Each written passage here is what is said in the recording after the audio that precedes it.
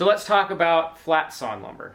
Flat sawn lumber is probably what you're most used to seeing in a tabletop or a raised panel door.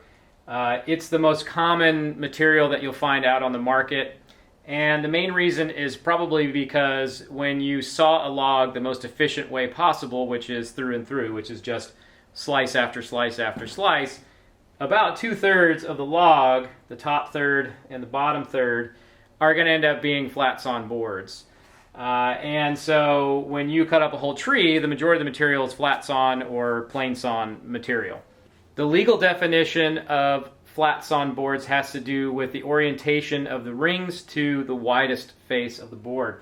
So with a plain sawn or a flat sawn board, the rings have to be either between parallel and 45 degrees to the face of the majority of the board.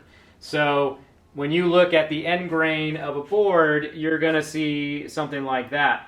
As the rings approach the edge, the curvature of the log starts to come into play, the curvature of the ring starts to come into play, and those rings start to get closer and closer to 45 degrees. The distinctive feature of a flat sawn board is the cathedral pattern that appears on the wide face of the board.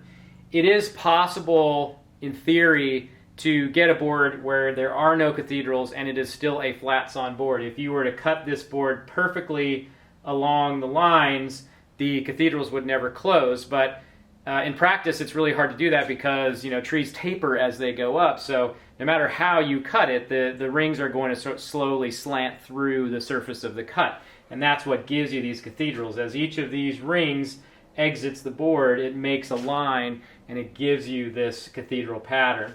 So these boards are really good for wide panels like tabletops, door panels. They're great for that purpose, especially if you want to show off some movement in the grain.